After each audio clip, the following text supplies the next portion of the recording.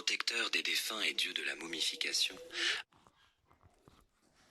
Protecteur des défunts et dieu de la momification, Anubis est l'une des divinités les plus anciennes et vénérées de l'Égypte. Il est le plus souvent représenté sous la forme d'un homme avec une tête d'animal aux allures canines. Est-ce un loup? Un chien? Les égyptologues pensent qu'il s'agit d'un chacal, car ce charognard erre depuis toujours dans les cimetières à la tombée de la nuit. Il n'est donc pas étonnant qu'il soit associé à la mort. Parfois Anubis, sous sa forme animale, se promène sur la terre des hommes. Il est alors impossible de savoir s'il s'agit d'un simple chacal ou du dieu.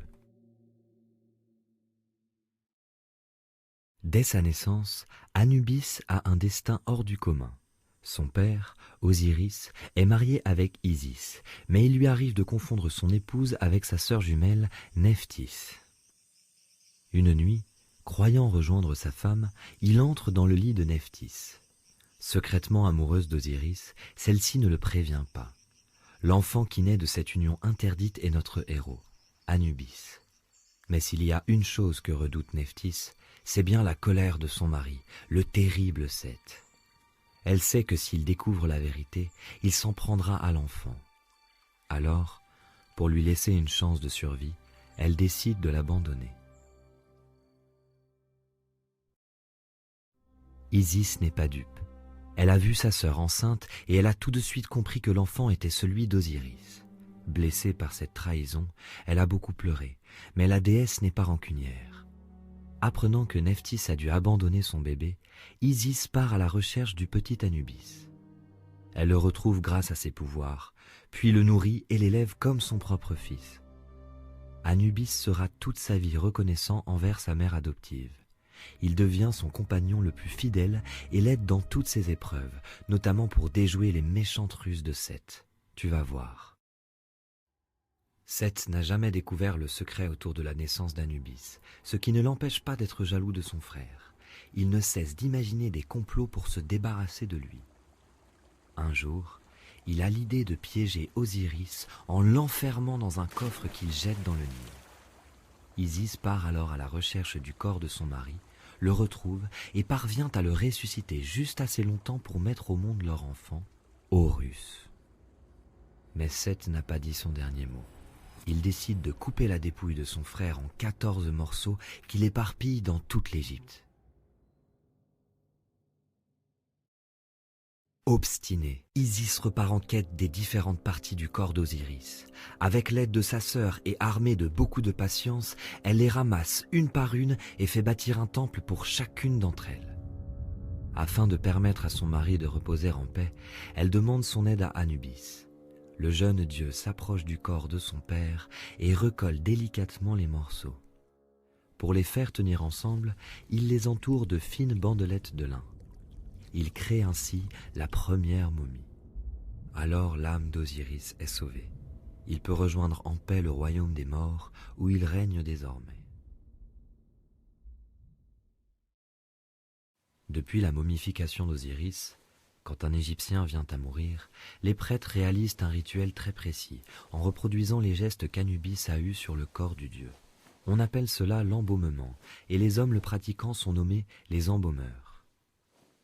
Le dieu à tête de chacal est leur protecteur et, à travers eux, il procède au rite de l'ouverture de la bouche. Posant sa main sur le sarcophage à hauteur des lèvres du défunt, il récite des incantations et, quand la bouche s'ouvre, y envoie un souffle de vie. L'âme se sépare alors du corps pour rejoindre le royaume des morts.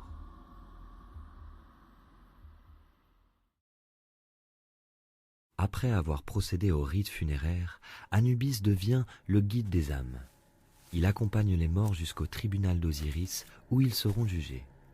La route est longue et semée d'embûches. Il faut passer des portails, sillonner entre des collines, escalader des montagnes. Tout au long du chemin, Anubis tient le défunt par la main et ne le lâche pas. Il le protège des brigands, des créatures et des génies qui grouillent jusqu'à l'Occident lointain, là où le soleil se couche et où se trouve l'entrée du royaume des morts. Mais même une fois cette étape passée, leur périple est loin d'être terminé.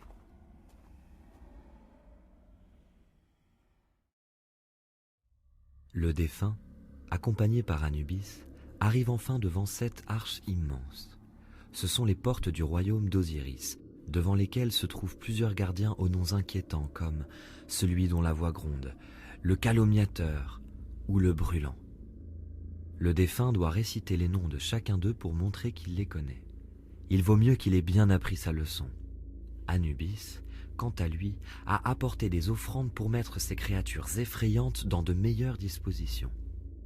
Après avoir reçu suffisamment de prières et de présents, les gardiens acceptent enfin de les laisser passer. Ils arrivent alors dans la salle de la vérité où l'âme du défunt est jugée par les dieux. Pour cela, Anubis est aidé par Thoth, dieu de la sagesse, et Maat, déesse de l'ordre et de la justice. Toujours impartiale, elle retire de ses cheveux une plume d'autruche et la pose sur le premier plateau d'une balance, avant de déposer le cœur du défunt sur le second plateau.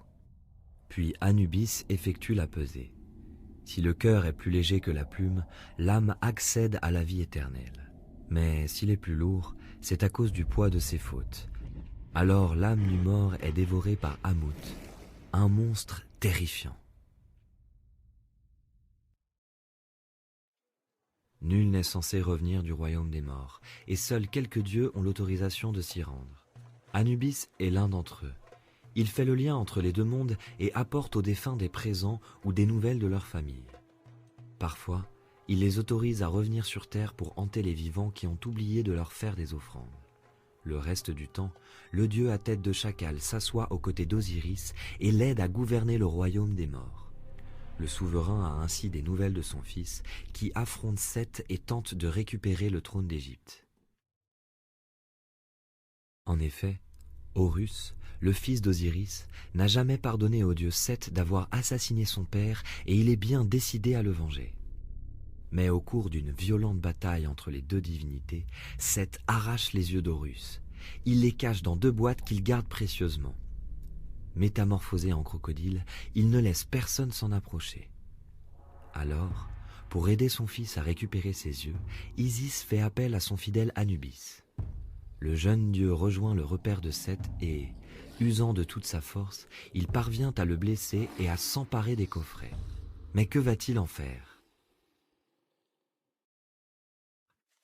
Anubis enroule les yeux d'Horus dans des papyrus, puis il les enterre un peu plus loin, dans la montagne, pour être sûr que Seth ne les retrouve pas. Tous les dieux acclament le courage d'Anubis, qui a affronté et même réussi à blesser le féroce dieu de la discorde. Plus tard, Isis se rend à l'endroit désigné par son fils adoptif, et quelle surprise! Une belle vigne, aux branches alourdies de grosses grappes de raisin, y a poussé. La déesse fait bâtir à cet endroit un sanctuaire et arrose avec soin le vignoble où l'on produit un vin sacré au goût délicieux. Ce nectar serait les larmes d'Horus. L'éternelle rivalité entre Seth et Osiris se prolonge bien après la mort de ce dernier. Savoir son ennemi dans le royaume des morts ne suffit pas à apaiser la jalousie du dieu de la discorde, qui cherche désormais par tous les moyens à profaner sa dépouille et troubler son repos. Un jour, dans ce but, il se transforme en léopard et pénètre dans le caveau où est conservé le sarcophage de son frère. Il ne le sait pas, mais Anubis monte la garde. Sortant de sa cachette, il surprend Seth et le frappe avec un tison brûlant. C'est depuis ce jour que les léopards ont des taches noires sur leur pelage. Anubis ne s'arrête pas là. L'occasion est trop belle pour ne pas s'emparer de Seth. N'est-il pas l'assassin de son père ? L'ennemi d'Isis, sa mère adoptive, le rival de son demi-frère Horus? Avec l'aide de Thoth, qui récite de puissantes incantations, Anubis parvient à immobiliser Seth et à le ligoter. Il le lacère de ses griffes et lui arrache sa peau de léopard qui l'emporte pour servir d'avertissement aux méchants. À compter de ce jour, les prêtres embaumeurs portent eux aussi une peau de léopard sur leurs épaules lorsqu'ils réalisent les rituels de momification. Anubis est souvent considéré à tort comme une divinité secondaire. Pourtant, tu vois, son rôle est primordial. En tant que dieu des embaumeurs et guide des âmes, il a une place privilégiée dans le Panthéon, car les Égyptiens attachent une grande importance au culte des morts. Plus tard, lorsque les Grecs régneront sur l'Égypte, la figure d'Anubis se mélangera avec celle du dieu grec Hermès. En effet, ces deux divinités partagent la même fonction, celle d'accompagner les défunts dans l'au-delà. Le dieu à tête de chacal et le messager aux semelles ailées ne feront alors plus qu'un, Hermanubis.